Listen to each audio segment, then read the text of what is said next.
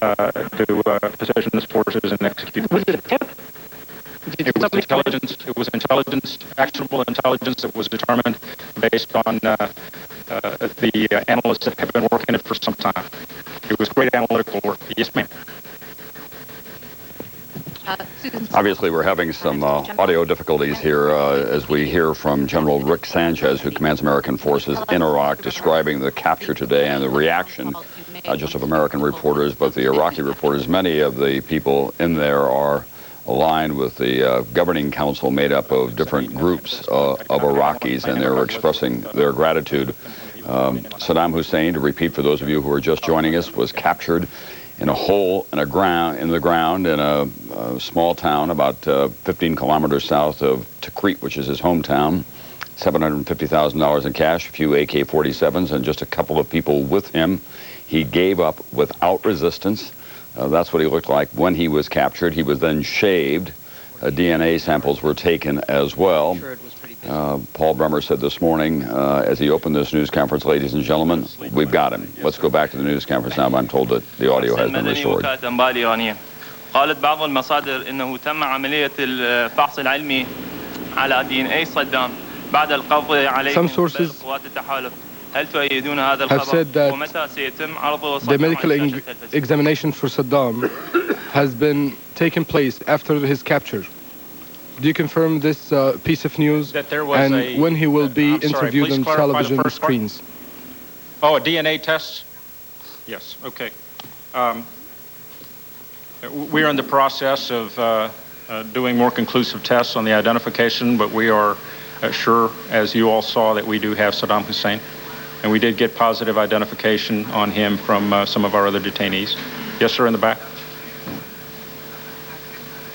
سلمان من صحيفة كل جديد. السؤال هو بعد إلقاء القبض على صدام حسين هل تجدون حاجة Salman, everything new newspaper. The question is, after he captures Saddam Hussein, do you think he has any necessities to stay in Iraq, or he can transfer him out of Iraq? And you can repeat the show in the movie? Thank you. Yes, ma'am. Christine Spoler with the Chicago Tribune. I would like to ask Ambassador Bremer, has he seen Mr. Hussein? Were you both together at that time last night when he was brought in? No, I've not seen him yet. Yes, ma'am. خلود الزيادي من جريدتي ابن البلد والأخبار. هل تعتقدون أن اعتقالكم لصدام حسين سيمكنكم من اعتقال المسؤولين السابقين أم تكتفون بالاعتقال لصدام فقط؟ Do you think that the capture of Saddam Hussein will enable you to capture other, or you just looking to capture Saddam and that's it? The job is done? Of course not. No, of course not. We're going to go ahead. We still have a lot of work to do in terms of identifying some of the former regime elements that are still operating in the country, that are still creating havoc and attacking the Iraqi people. And we will continue to hunt them down just the way that we've been persistent with Saddam Hussein. And as I've told everybody here in my press conferences, that is a mission that's been assigned to us. It's a mission that we pay attention to every single day. And we will not slack off until we, in fact, have brought security and stability to the country. Yes, ma'am, in the back. Yes. Farnaz Fasihi with the Wall Street Journal. General Sanchez, when you saw Saddam Hussein, what were your impressions of him? Was he surprised, angry, hungry, shocked, reserved? I think it was a cooperative posture that he was presenting to us. He was a tired man, and also I think a man resigned to his fate. All the way in the back. Katalin Gombosh, the Romanian radio. Sir, do you expect an increase in attacks during the following days as some sort of retaliation for Saddam's arrest? And do you think that today's bombing in Chaldea was this kind of attack? Yes, I think everyone knows that there was a bomb attack in Chaldea that killed 20 Iraqis and wounded, wounded 20 and killed 10. And a continuation of the attack on the people of the country by these former regime elements and terrorists. And do I expect an increase in retaliation? I don't know. I couldn't answer that, but I'll tell you that we are prepared. and we will defeat those elements if they choose to attack us at that point, at any point in time. Yes, sir, right here.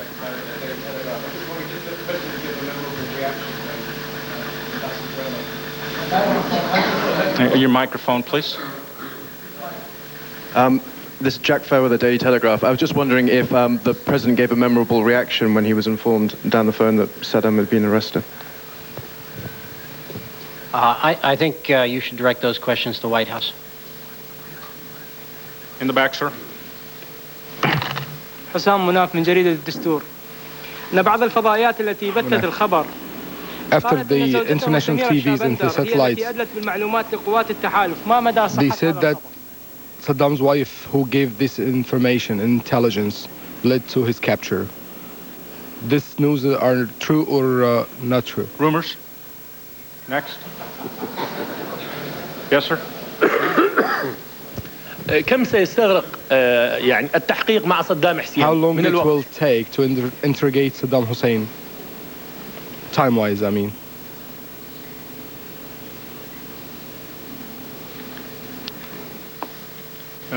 When will we investigate Saddam and when will we interrogate him? Is that the question, sir? How long? As long as it takes for us to get the information we need. We'll take just 2 more questions, please. Okay. Let me see. Let me come over here. Ma'am in the red.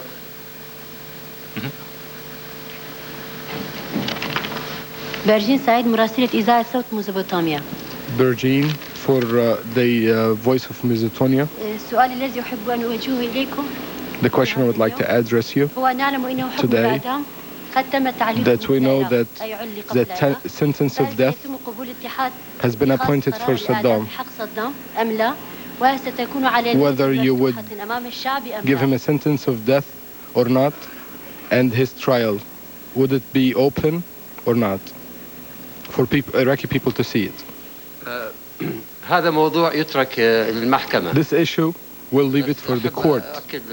And I would like to confirm for all people, everyone should know that the court, the trial will be fair, open, and for the accused, they will have the right to appoint lawyers, attorneys, and to bring witnesses. This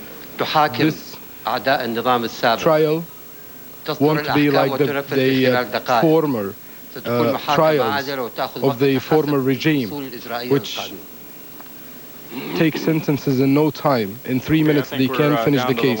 It will be fair. Last question. Yes, Mike Georgie from Reuters. Can you tell us what Saddam Hussein was doing when your troops arrived? And secondly, does this mean you're going to leave the country quicker than expected now that you've captured Saddam? Am I going to leave quicker? We're going to leave whenever it's time for us to leave, after we've accomplished the mission that we've been assigned, and that's when we bring security and stability to this country. In terms of what was Saddam doing, he was hiding. That's what he was doing at the time we found him, trying to evade our capture. Thank you all very much. I believe that was the last question, and God bless America.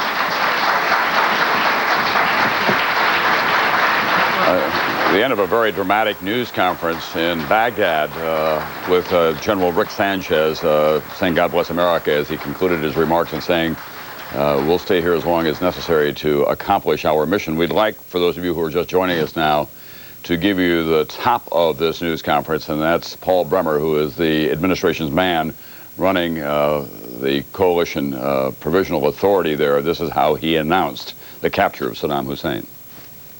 Ladies and gentlemen, we got him.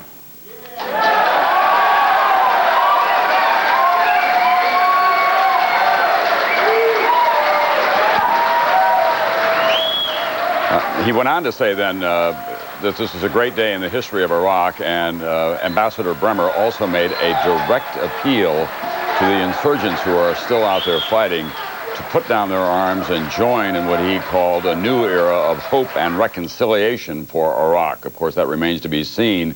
We don't know how much control Saddam Hussein had over the insurgencies. These are the first pictures now. This is what he looked like when he was captured. He was described as being exhausted, resigned to his fate. We don't know about whether he was hungry or not, but it could not have been a more undignified situation. He was literally a rat trapped in a hole. He was down in the ground with a breathing apparatus about 10 miles south of Tikrit, in a small community with just a few people around him, $750,000 U.S., a couple of AK-47s, no resistance whatsoever. There had been some question about what kind of a fight he would put up. His sons, you'll remember, Uday and Qusay, went out in a blaze of gunfire that cost them their lives and the lives of one of their sons as well, who was 14 years old, as they were trapped in Mosul by the 101st Airborne. This was Operation Red Dawn, it was called. Wolverine Combat Team Number 1 from the 4th Infantry Division captured Saddam Hussein, and they were later seen smoking cigars in celebration of what they've accomplished. About 600 people were involved in the operation altogether.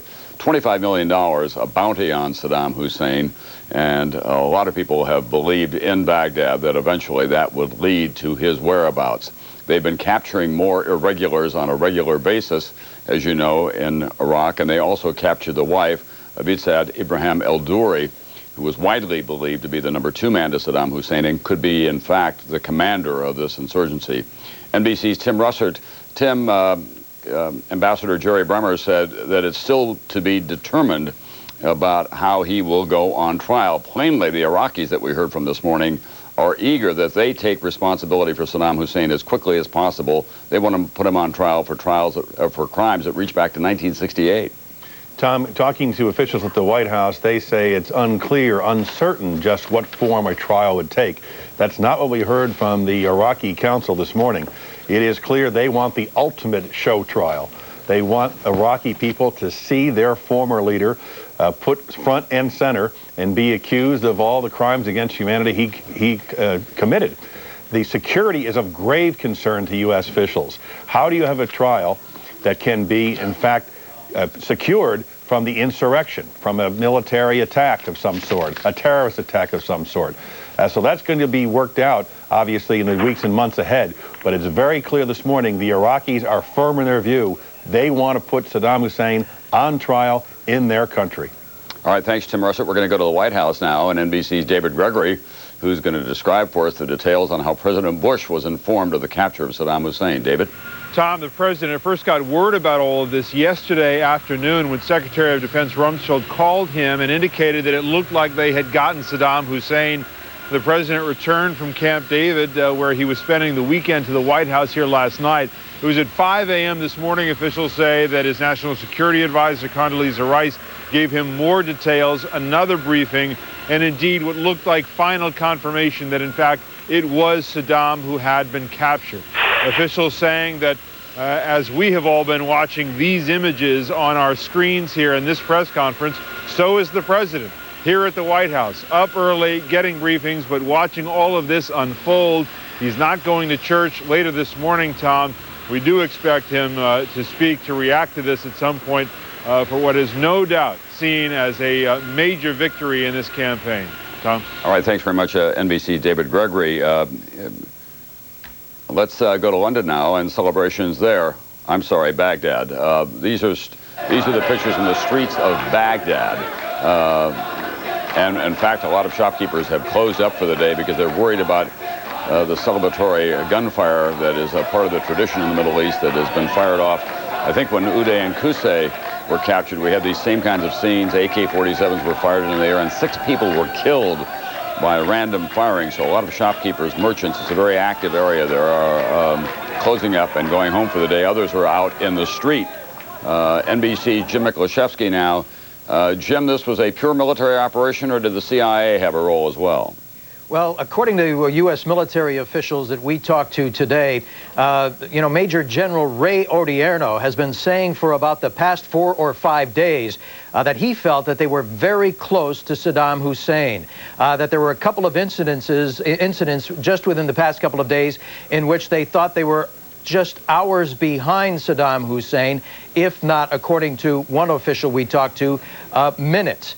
Now, according to military officials, it was the fourth ID that got this intelligence tip. It's unclear whether it was some individual who is now eligible for that $25 million reward that was on Saddam Hussein's head.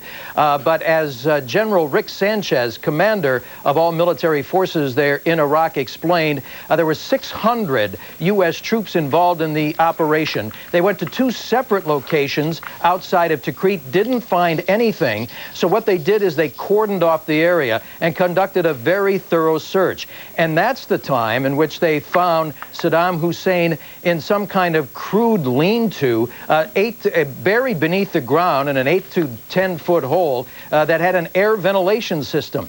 And the way he was found, and the fact that he was only found with two other Iraqis is a clear indication that the intelligence on Saddam Hussein was very good, that he was on the run with a very small group of people because he didn't want to attract attention, that he was armed, and that he also was carrying a large amount of cash. They found $750,000 US dollars on him when he was captured.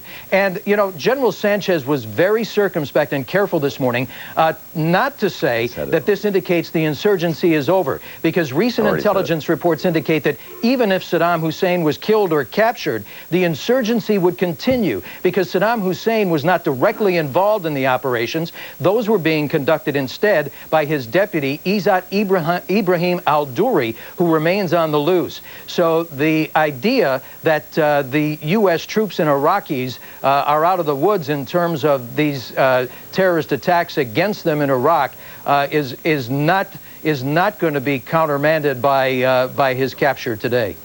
Thanks very much, NBC Jim Miklaszewski. I'm joined here, of course, on the Sunday Today Show set by the regular correspondent, and that's Campbell Brown. Campbell, I think that's the big question about what happens to the insurgency now with El-Duri and others still out there, although we're getting reports from Afghanistan this morning that they believe that the capture of Saddam Hussein will have actually a beneficial effect in their country because this has reignited the terrorist movement throughout the Middle East, the insurgency against American forces, and they were trying to open another front in Afghanistan. And U.S. officials have also been saying that hopefully it will be an intelligence bonanza, depending on the other two people who were captured and where the intelligence came from that led to the capture of Saddam Hussein, that will, in the coming days, sort of have a domino effect on the rest of the insurgency. Hopeful, at least, that that may be the case. There's also, Tom, been a lot of international reaction, as you can imagine.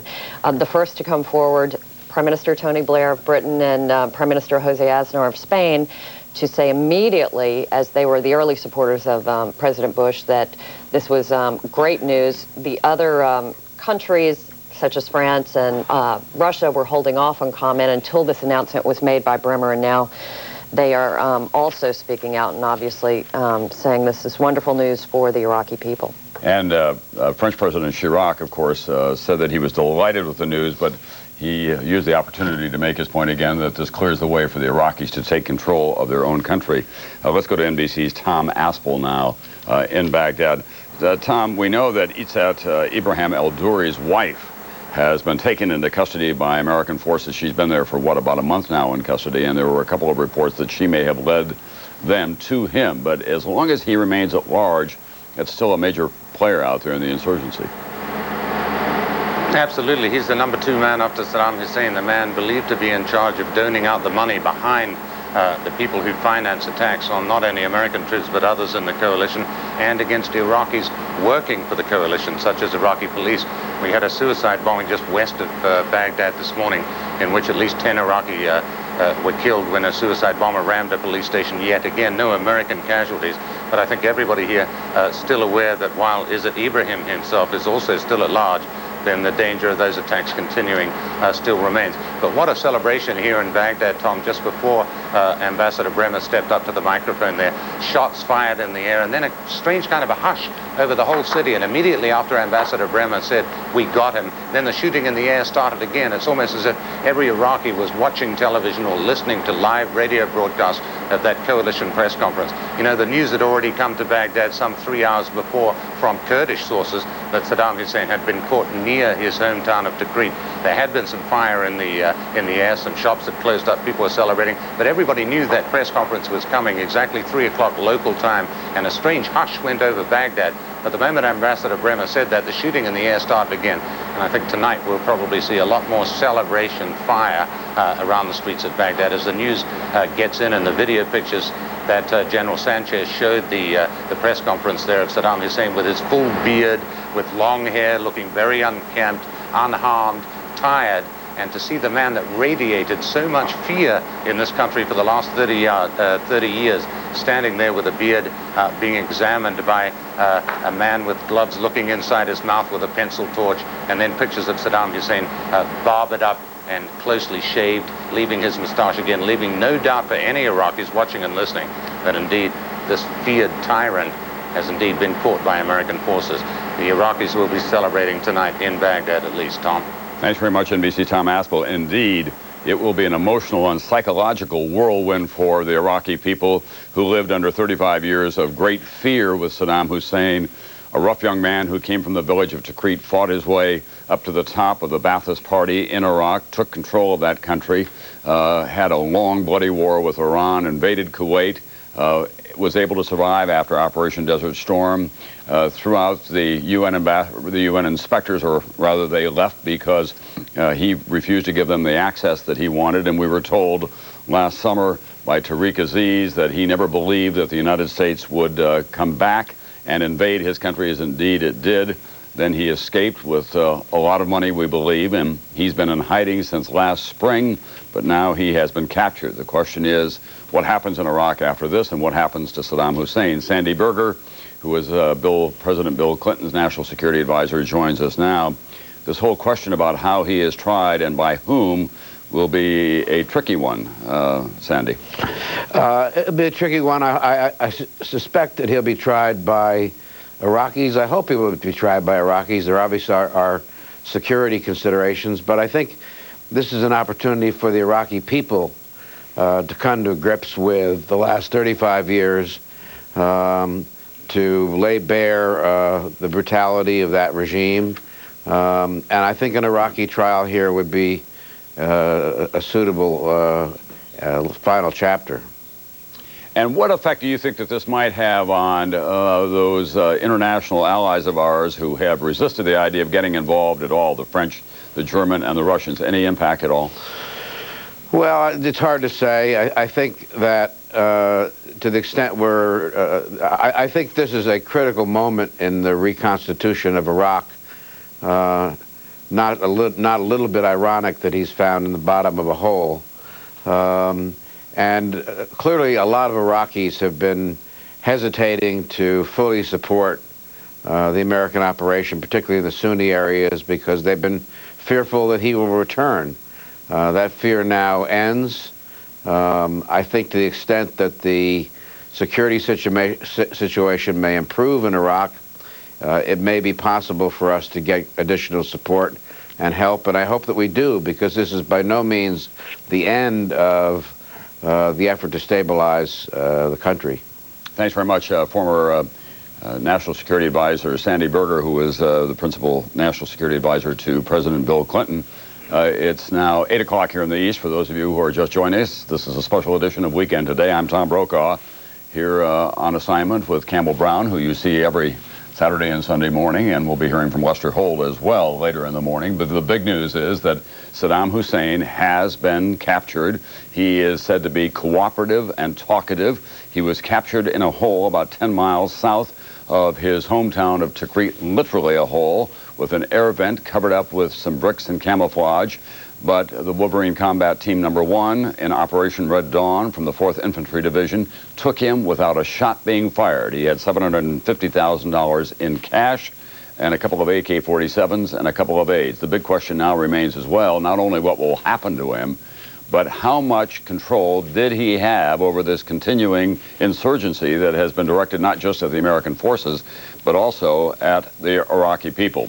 We'd like to show you just the first 2.5 minutes now of the news conference that concluded about 15 minutes ago in Baghdad, and it begins with Ambassador Paul Jerry Bremer, who is President Bush's man in Baghdad, with this dramatic announcement. Ladies and gentlemen, we got him.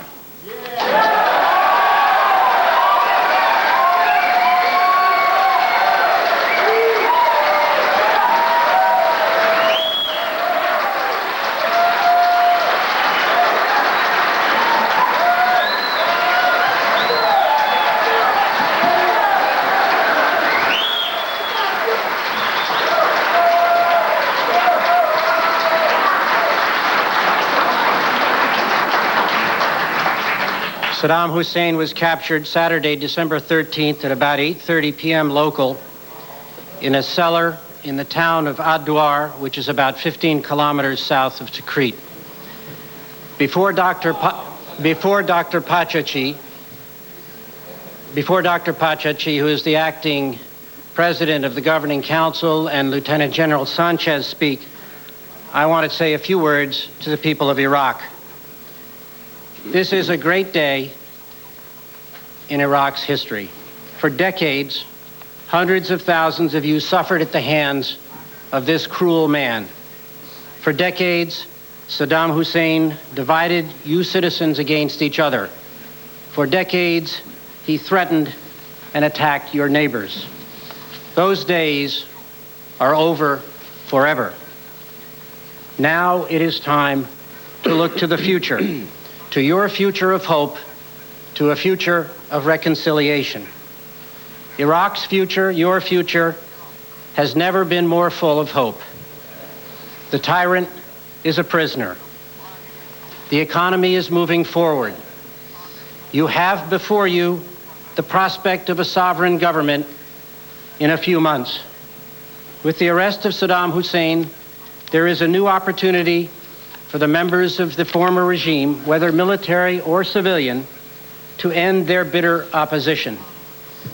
Let them now come forward in a spirit of reconciliation and hope, lay down their arms, and join you, their fellow citizens, in the task of building the new Iraq. Now is the time for all Iraqis, Arabs and Kurds, Sunnis, Shia, Christian, and Turkoman, to build a prosperous, democratic Iraq at peace with itself. All right, that's Ambassador Paul Jerry Bremer making the announcement today of the arrest of Saddam Hussein. As he said, we got him. And then he reached out to those who are still out there fighting the insurgency, presumably in the name of Saddam Hussein, to lay down their arms and join now in hope and reconciliation for a brighter future for the country of Iraq. I say presumably because that remains an open question. Has Saddam Hussein been running this insurgency? We know that he's released some video and audio tapes, but there's a larger question about who's in command and who's in control. It could be a man by the name of Izzat Ibrahim el-Duri, who was his cunning and equally ruthless number two running his military operations. Former United Nations Ambassador Richard Holbrook, who was the architect of the Dayton Peace Accords for Bosnia, joins us now here in New York. Richard, what's your immediate reaction to what we're seeing? It's a great day for the coalition forces. It's a great day for the 1st Division. Above all, it's a great day for Iraq. But it isn't the end of the war.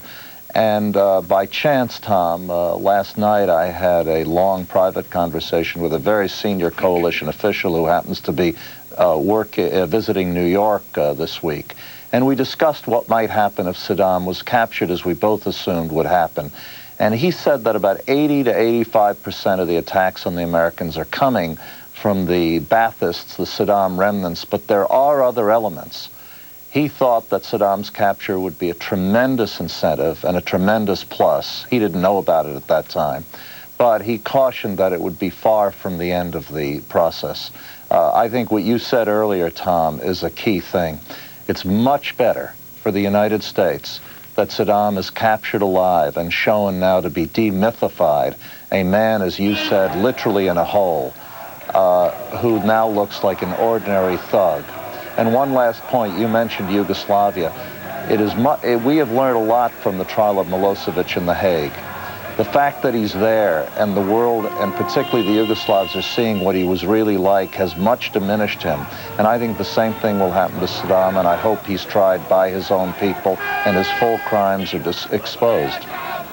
Richard, it's Campbell Brown here. I wanted to ask you, given your experience, how difficult it can be when an administration does nation building, as the Bush administration is trying to do. And once you get in, how do you get out? And is there a temptation now for the Bush administration, especially given it's an election year, to say, this is the time when we should start backing away from this and start withdrawing troops? I think there are two issues, Campbell. One is security and one is nation building. You can't build a nation. You can't keep a peace. You can't build democracy in the middle of a war. So the number one imperative, as General Sanchez just said, is to succeed. I don't like the phrase exit strategy. I like the phrase success strategy. If the level of violence diminishes, that will allow what you call nation building.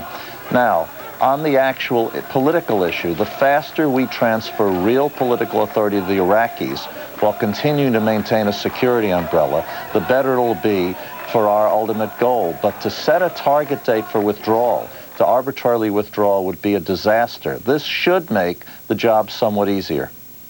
Thank you very much, former United Nations Ambassador Richard Holbrook, who was the architect of the Dayton Peace Accords, which of course resolved what was going on in Bosnia, and as he indicated, President Milosevic on trial at The Hague. That was an international tribunal. Still to be resolved is what will happen to Saddam Hussein. But he was taken without a shot being fired, without any resistance. Earlier, you may remember that some coalition military people said that they expected that he would not be taken alive and that they were prepared to kill him if necessary just to eliminate him. Some people raised many questions about that, saying, wouldn't it be better, A, from an intelligence point of view, to get him alive, and B, also the impact that it might have on the wider Arab world if he were wiped out. It's a very complex situation. No one is a Saddam Hussein supporter, but if he were to become a martyr at the hands of the United States military forces, that would pose a whole different set of problems. Let's go to NBC's Washington bureau chief and moderator of Meet the Press now, Tim Russert, who is preparing to go off and do other duties this morning as well. Tim, German Chancellor Gerhard Schroeder has congratulated President Bush this morning in a letter saying, with much happiness, I learned about the arrest of Saddam Hussein. I congratulate you on its successful action. And he said he hoped that that would speed the international efforts to rebuild and stabilize Iraq. He said all of this just as Jim Baker, who is a longtime confidant of the Bush family, leaves tomorrow as a personal emissary of the president to go to France, to go to Germany, and to go to Russia.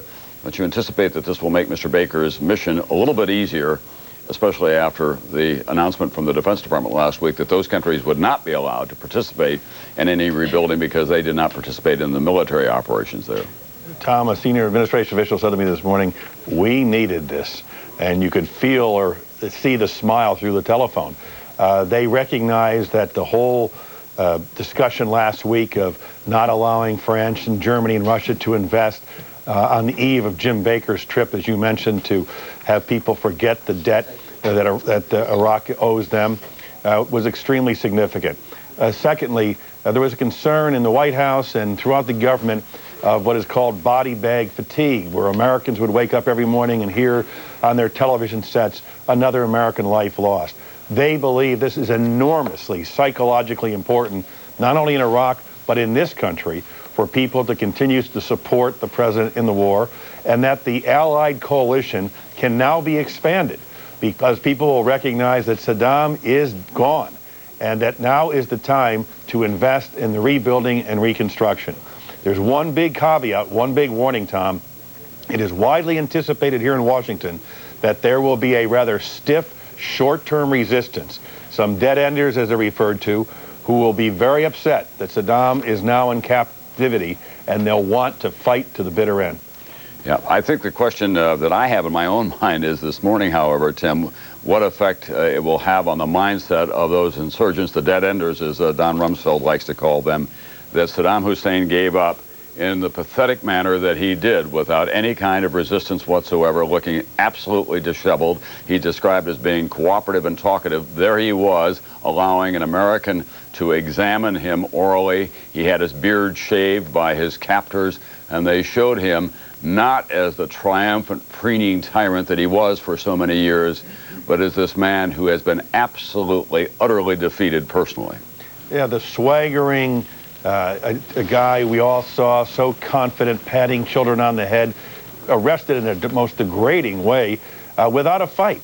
And that is important, too. I also take note, Tom, that our officials have now said several times in Iraq and Washington that he's being cooperative. Now, whether that is real or whether it's disinformation, we do not know. But also couple that with parading Saddam in front of the other prisoners are an indication of the psychological war going on here, the prep walk of Saddam Hussein, and now this anticipation of the show trial. Enormous psychological operations at work in Washington and Iraq, as well as this successful military operation last night.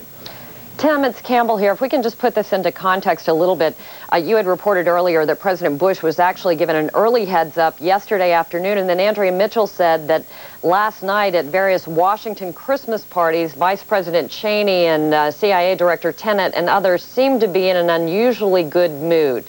They've known about this for at least 24 hours. Yes, late yesterday afternoon, the president was first informed. I actually had the opportunity to see the Secretary of Defense last night and the director of the CIA, and they were in an extremely festive holiday mood, beyond their normal demeanors. This is ironic, Campbell, but as I was leaving the event, I saw the director of CIA Tenet and said, you know, I had the strangest dream last night that Saddam Hussein was taken captive, which I actually had on Friday night. He looked at me in this poker face and said, "Happy holidays." It's also worth pointing out that Tim once had a dream that the Bills won the Super Bowl, so you can't count. Yeah, you see, Tom, it all comes out in the end. One day. I think the chances of capturing Saddam Hussein are probably a little bit higher. But the fact is, Campbell, from the Secretary of Defense to the Director of the CIA to the Vice President of the United States, something was up. And we didn't know whether it was new economic news or whether or not it was, in fact, as we learned later that night, early in the morning, Saddam Hussein. But they understand the ramifications of this, militarily, psychologically, diplomatically, and dare I say, politically. Carol Moseley Braun, a Democratic candidate for president, has put out a statement saying, you know, this is good news for the United States, but that does not change the fact that troops remain in harm's way and we're no closer to bringing them home. It's going to be very intriguing to me to see how the Democratic presidential candidates respond to this in the hours and days and months ahead, because it's a very delicate balance now in terms of getting too far out front by challenging the president and the administration, saying, well, you got him, but what about this? You can't keep moving those goalposts or you begin to pay a political price. The Democrats have to find a consistent opposition view, which is perceived by the American people as constructive and not just, in fact, negative complaining. Especially tricky for front-runner Howard Dean, who has been an opponent of the war from the very beginning. In fact, a few weeks ago, almost taunting the president, saying, well, he hasn't gotten Saddam Hussein yet. It'll be fascinating to hear his reaction. And my guess is that we'll hear from the president today his demeanor